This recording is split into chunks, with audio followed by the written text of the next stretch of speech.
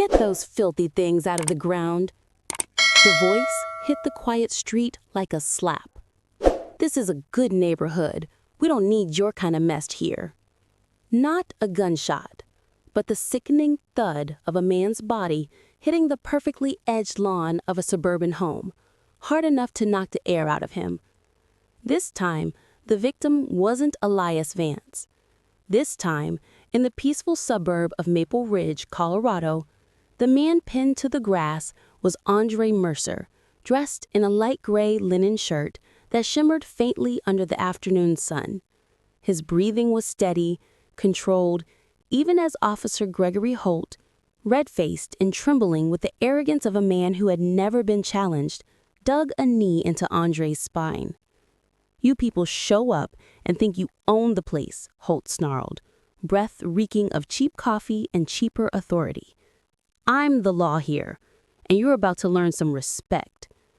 Greg Holt had no idea he was being filmed, and he had no idea the man he was assaulting wasn't just a neighbor.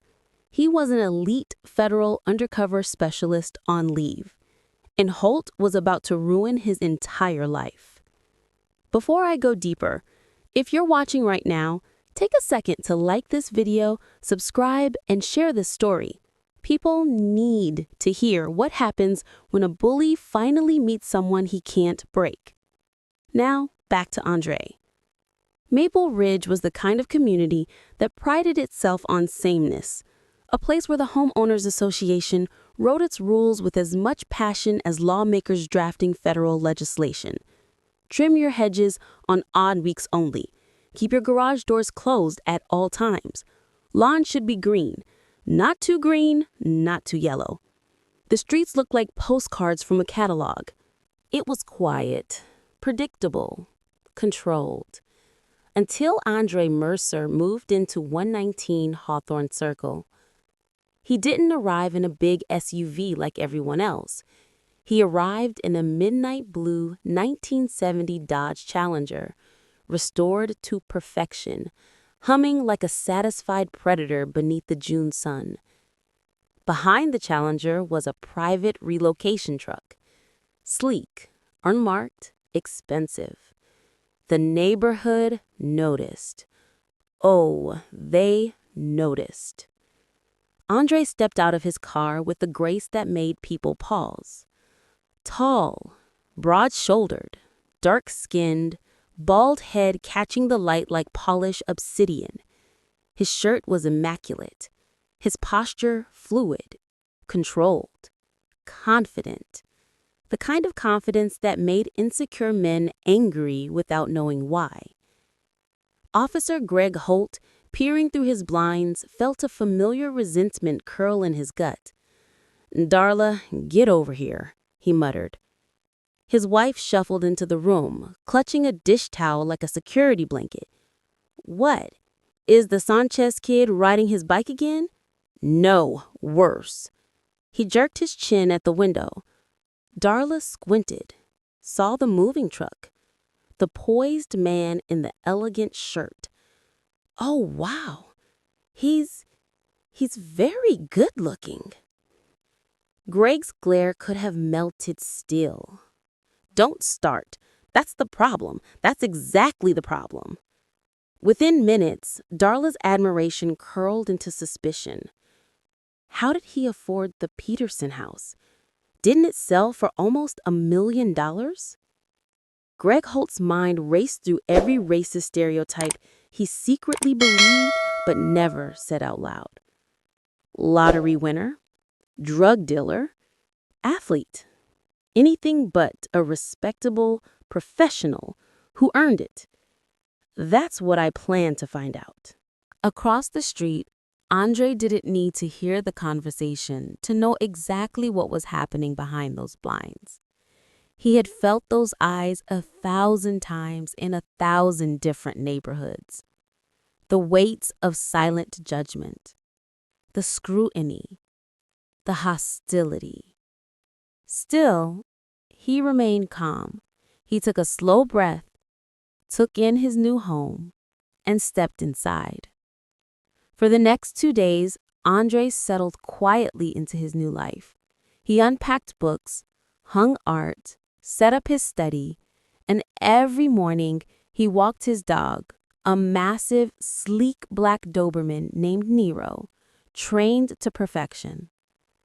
On the third morning, under a gentle Colorado sun, Andre was kneeling in his front yard, wearing a simple black t-shirt and cream-colored linen trousers, planting bulbs in a fresh flower bed.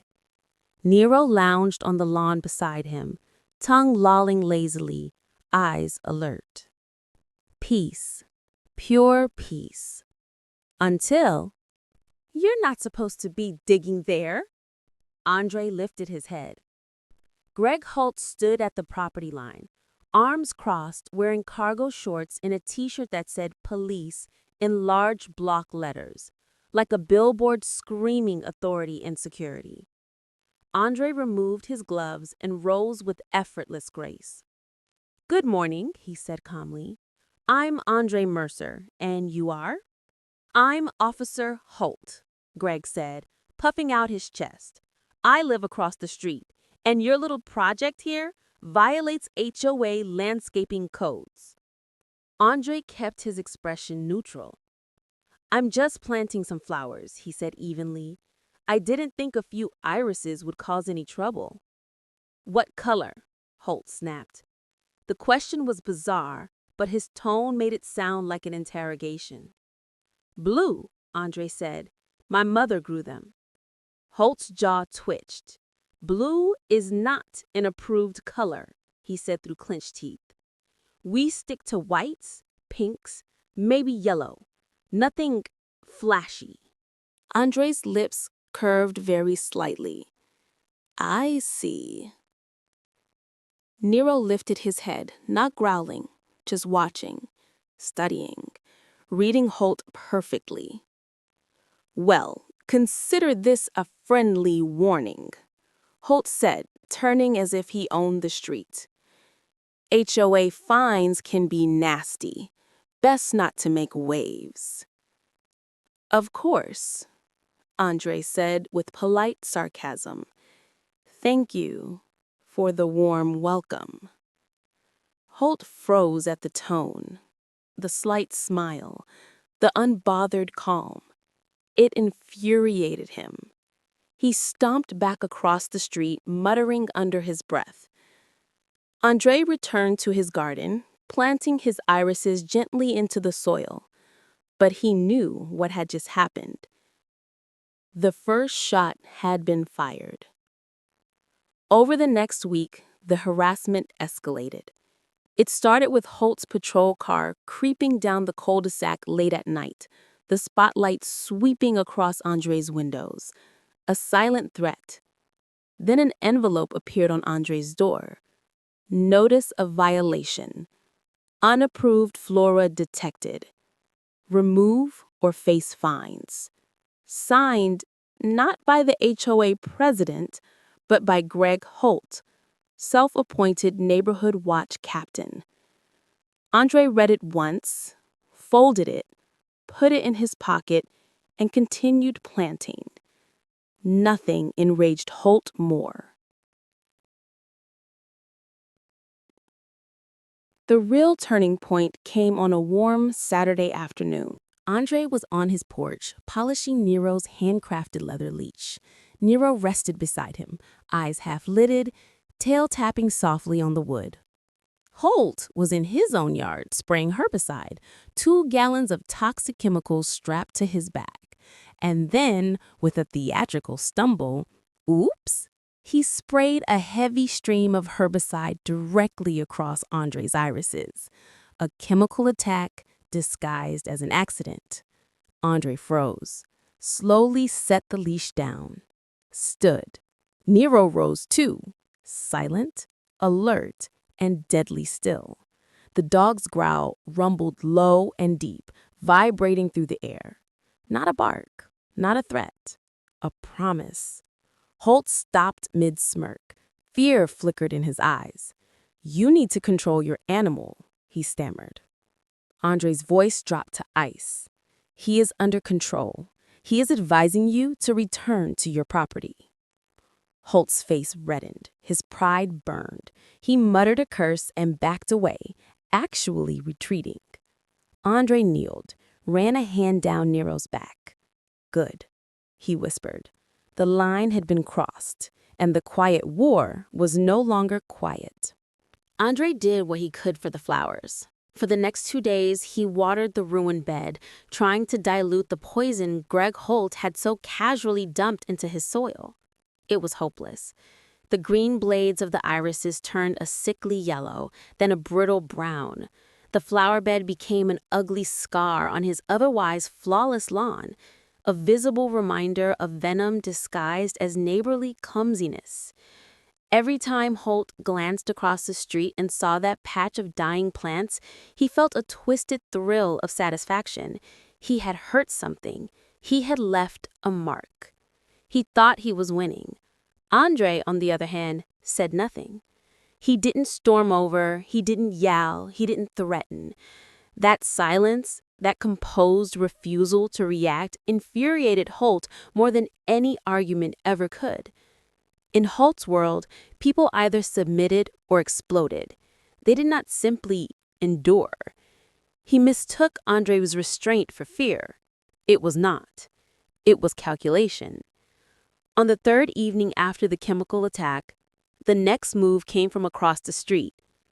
Andre was in his living room reading, Nero stretched at his feet, when the room suddenly lit up as if a helicopter had descended in front of the house.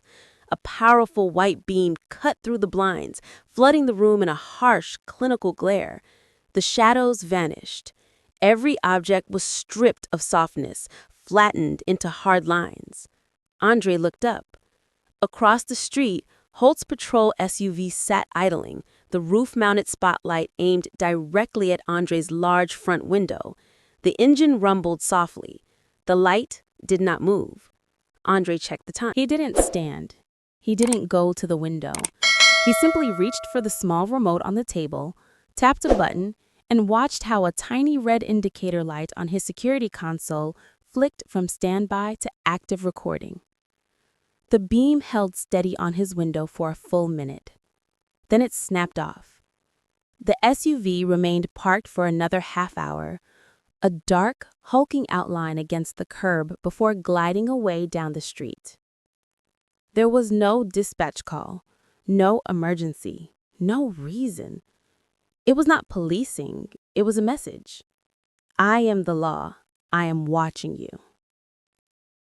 Andre recorded the incident in a digital log on his encrypted laptop. 9:14 p.m. Officer Gregory Holt, unit number 622, parked directly across from residence. Patrol SUV spotlight aimed at living room window, approximately 60 seconds. No apparent cause. He closed the file. Nero lifted his head briefly, then rested it back down on Andre's foot. The dog's eyes were open and alert. 2 mornings later, another small act. Andre returned from a sunrise run with Nero, sweat darkening the collar of his shirt, lungs pleasantly burning. As he turned into Hawthorne Circle, he saw Holt's SUV idling 3 houses down. As Andre pulled into his driveway, Holt eased away from the curb and rolled toward him slowly. Andre stepped out of his Challenger, giving a neutral, almost indifferent nod toward the street. A neighborly acknowledgement, nothing more. Holt did not nod back. He slowed to a crawl directly in front of Andre's lawn. His window was down.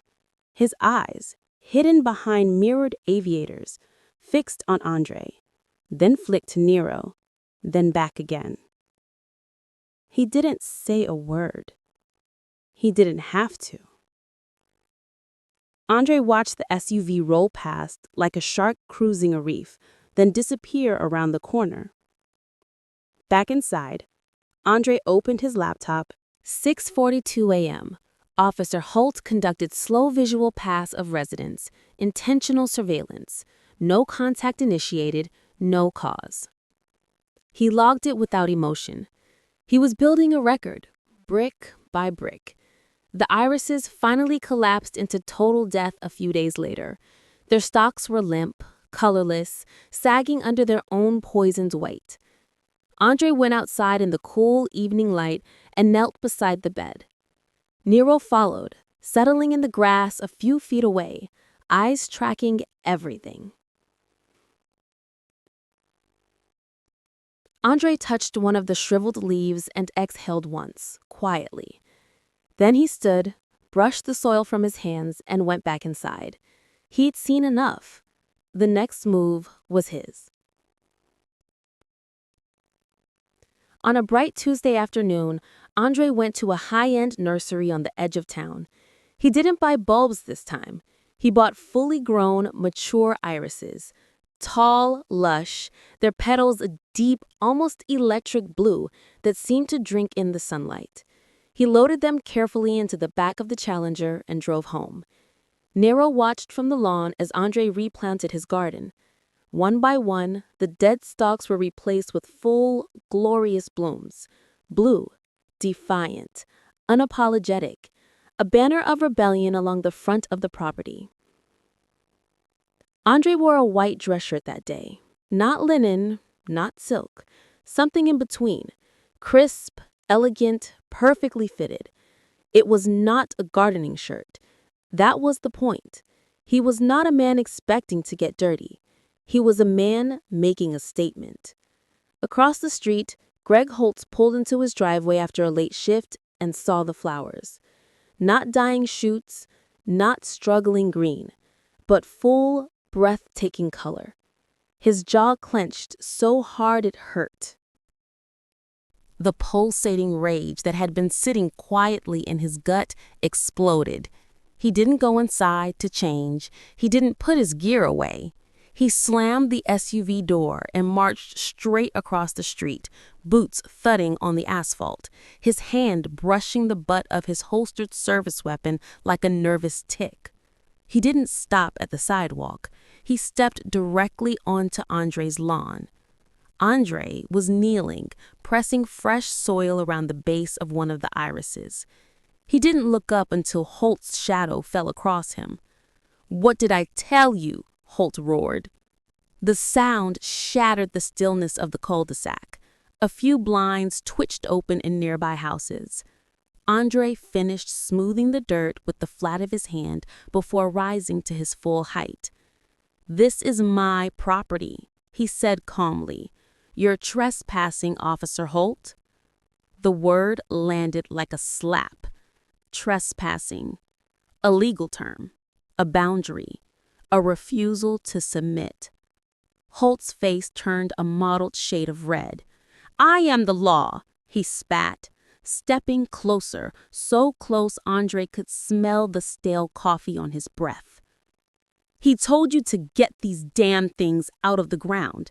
This is a decent neighborhood for decent people. We don't need your blue weeds. We don't need your kind." There it was. The mask dropped. The poison came out. Andre's eyes were steady, cold. He didn't raise his voice. "You need to leave my property," he said. Each word precise. Now. The lack of fear broke something in Holt. He lived in a world where his uniform, his badge, and his anger made men flinch. The fact that this man did not flinch felt like an insult he could not bear. He shoved Andre hard in the chest. Andre staggered back a step but did not fall. He regained his balance, hands still at his sides. Nero's head shot up, his entire body suddenly wired, coiled. Holt charged. He lowered his shoulder and slammed into Andre with all his weight, a move he'd used 100 times in dingy alleyways and traffic stops gone wrong.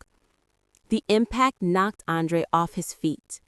The world tilted, sky and grass blurring for a second before his back hit the ground with a force that forced a grunt from his lungs.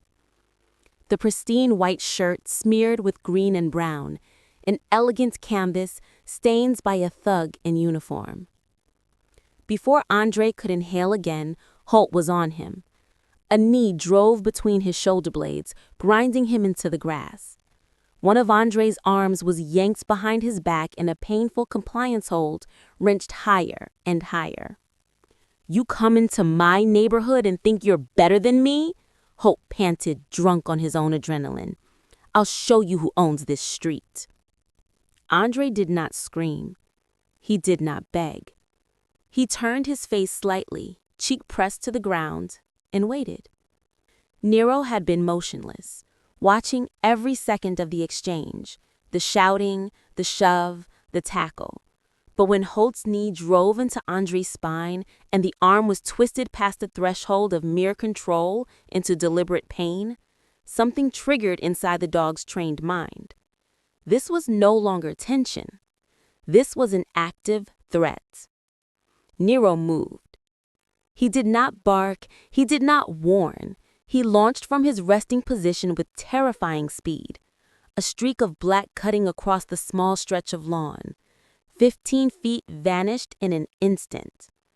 Holt saw something move in the corner of his vision, turned his head, too late. Nero's jaws clamped down on Holt's right forearm, the arm twisting Andre's behind his back. The bite was clean, precise, perfectly placed. Teeth tore through fabric, then flesh. The pain was instant and blinding. Holt screamed, high and shrill and panicked. He let go of Andre's arm, flailing with his free hand, trying to beat the dog off. Nero held on, body whipping back and forth, ripping muscle. "Get him off! Get him off me!" Holt shrieked. Andre rolled to his side, pulling in air. His shoulder burned. His back ached. His heart was steady. "Nero," he commanded, voice raw but firm. "Enough! Here." The dog released instantly, backing away, but staying between the two men. Body low, teeth bared, a low growl vibrating from his chest. Holt scrambled to his feet, clutching his arm. Blood seeped rapidly through his sleeve, blooming into a dark stain. His face was ghost white, sweat beading on his forehead. He really looked, at Andre for the first time, at the ruined white shirt, at the dirt on his skin, at the calm in his eyes. For a moment, fear cut through the rage. Andre said nothing. He didn't move forward. He didn't gloat. He simply stood there with Nero at his side, an unmoving wall. Holt's courage broke. He turned and fled, stumbling across the lawn, across the street, leaving a dotted red trail on the sidewalk behind him. The cul-de-sac was silent. Andre stood for a long moment, breathing slowly. His back throbbed, his shoulder protested every movement. Grass stains and dirt marred the fabric over his chest. He reached down and laid a steady hand on Nero's head. "Good," he murmured. "You did your job." Then he went inside. He did not go to the bathroom first. He went to his study. The room was spare but sleek.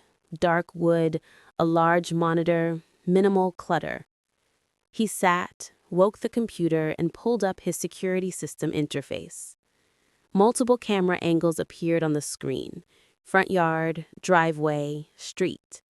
He rewound, watched the entire incident unfold.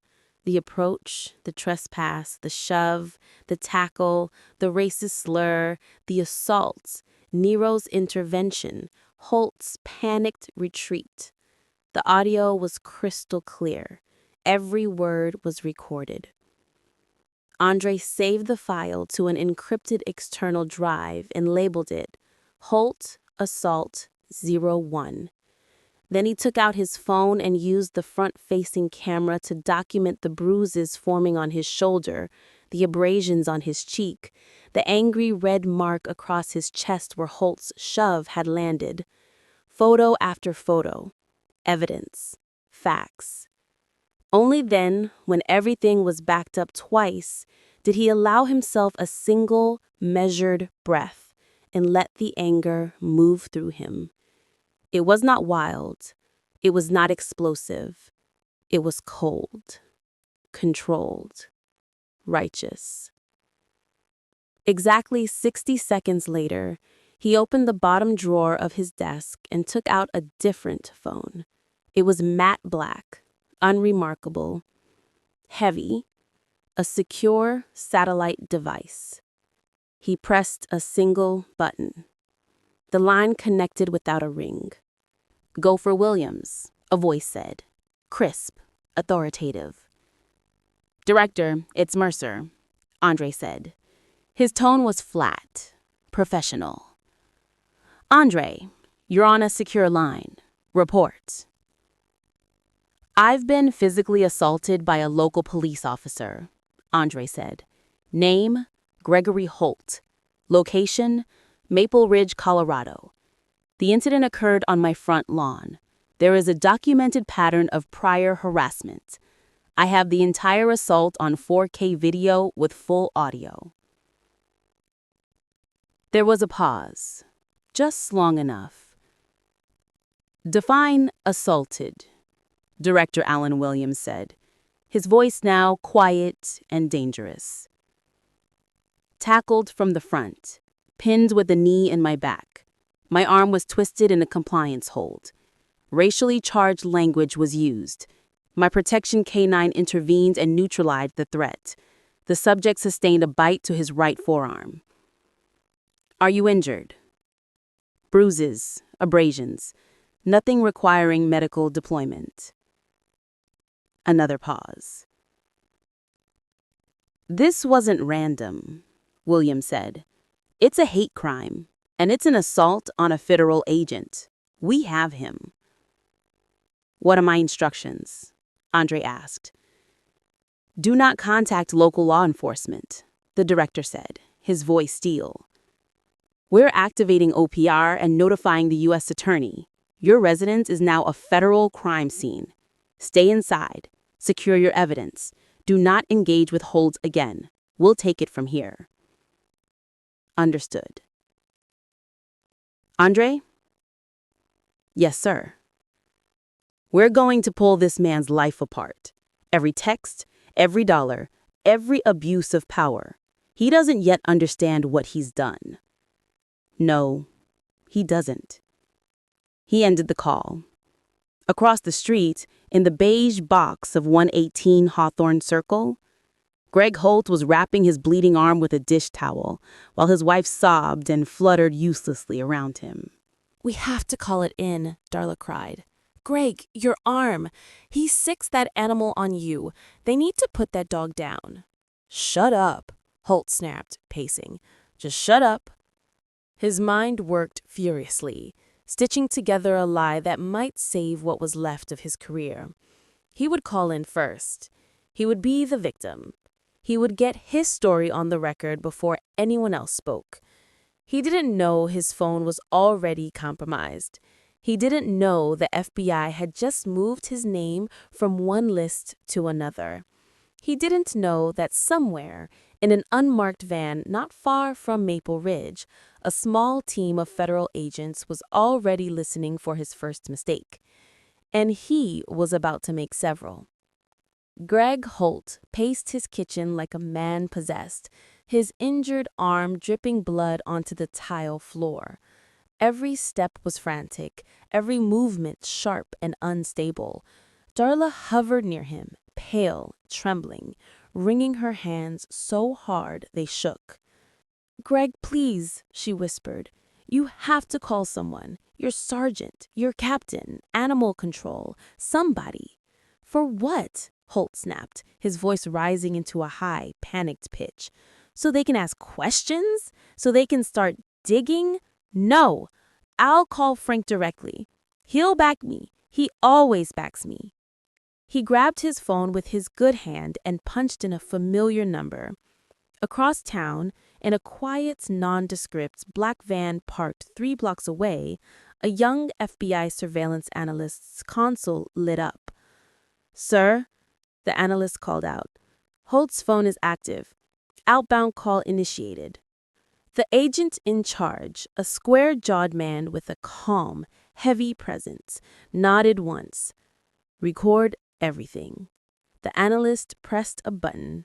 The trap snapped shut. Holt's call connected.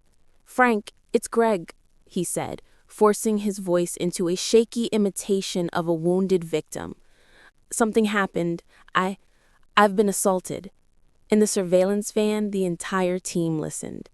They watched the live feed from Andre's cameras showing the actual assault, and then listened as Holt lied, word for word, with confidence and venom, into the phone. "The guy went crazy," Holt said. "I approached him calm, completely calm. He sicked his dog on me, tore my arm open. I barely escaped. I need to file an incident report immediately." In the van, the agent in charge shook his head slowly, lips pressed thin in cold anger. "He's confessing to a false report in real time," one analyst muttered. "No," the agent in charge said, voice low, steady. "He's hanging himself." 30 minutes later, Holt finished crafting his fabricated hero story with his captain and slammed the phone down, breath ragged, eyes wild. His ego was inflamed, his hatred boiling. He told Darla to start cleaning up the blood outside before neighbors noticed. He wanted the scene erased. But the scene had already been seen. From the moment Holt dialed his captain, the FBI had everything. His lies, his panic, his conspiracy, and his downfall was now a matter of execution, not possibility. The next morning, the U.S. Attorney's Office reviewed Andre's footage and the recorded phone call simultaneously. The video was irrefutable. Holt's voice, calmly constructing a fake narrative, was even more condemning.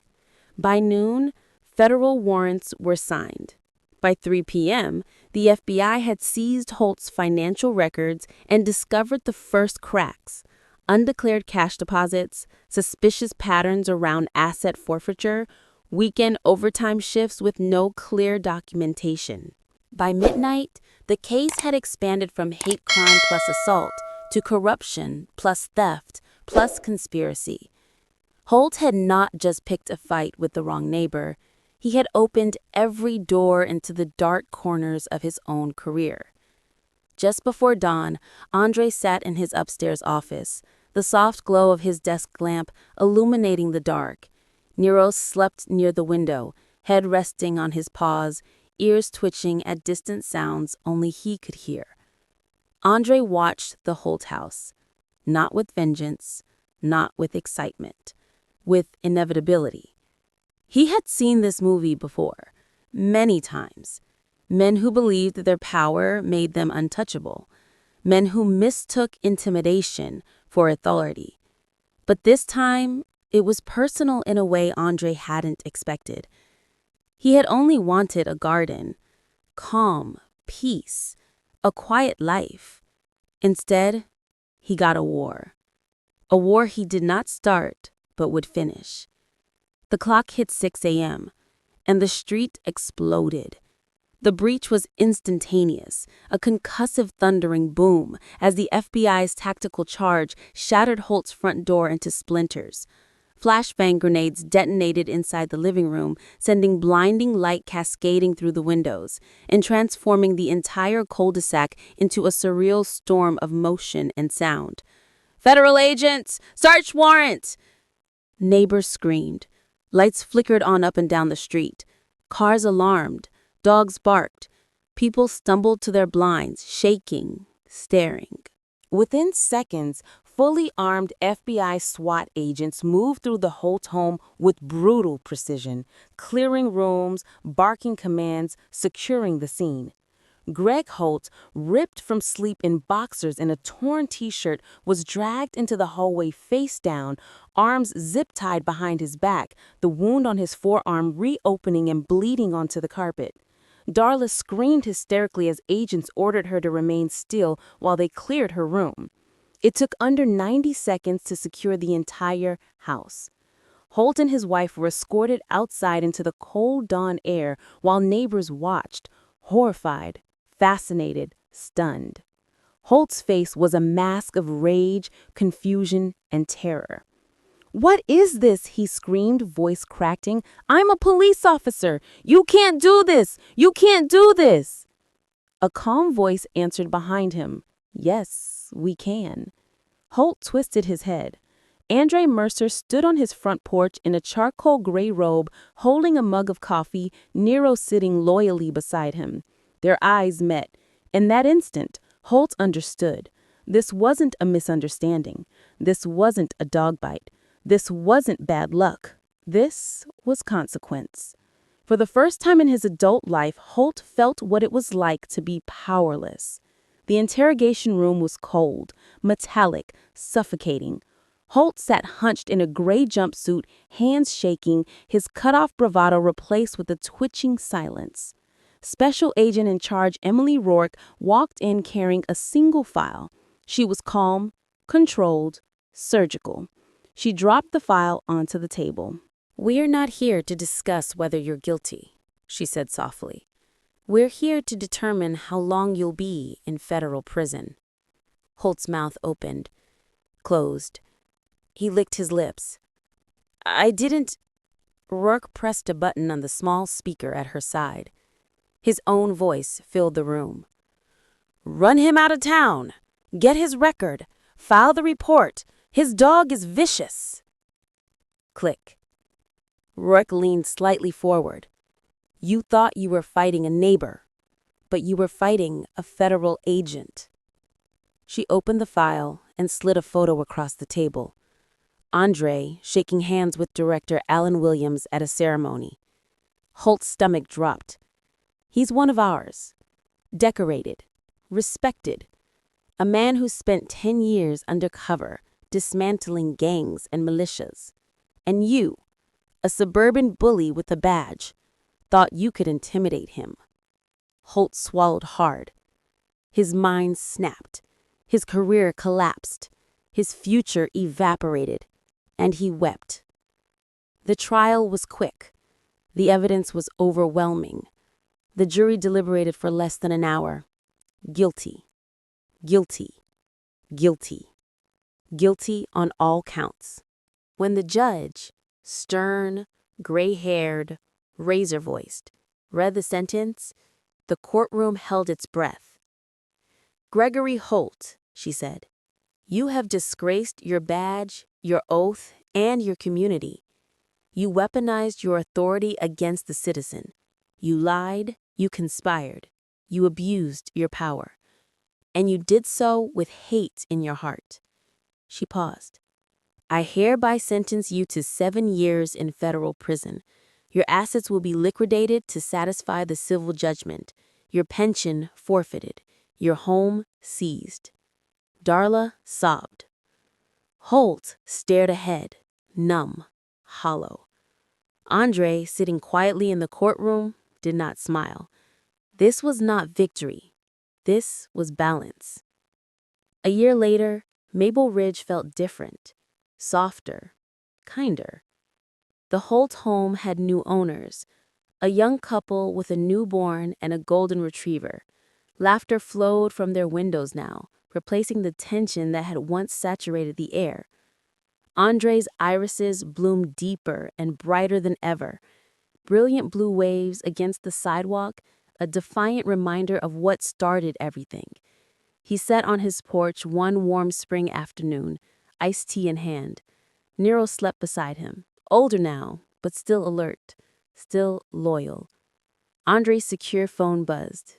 "Williams." "The last asset liquidation cleared," Williams said. "Your compensation check is issued. Send it to the Federal Fallen Agents Fund. Someone probably needs it more than I do." There was a quiet pause. "You're a good man, Mercer." "Just trying to live my life," Andre said softly. He watched the new family across the street playing in their yard. Sunlight, laughter, peace. The kind he fought for. The kind he earned. The kind no bully could ever take away. And now, if this story moved you, if you felt the quiet strength, if you felt the justice, if you felt the truth behind every moment, like this video, subscribe to the channel, share this story with friends, comment your perspective or the key lesson you learned. Your engagement helps stories like this reach more people.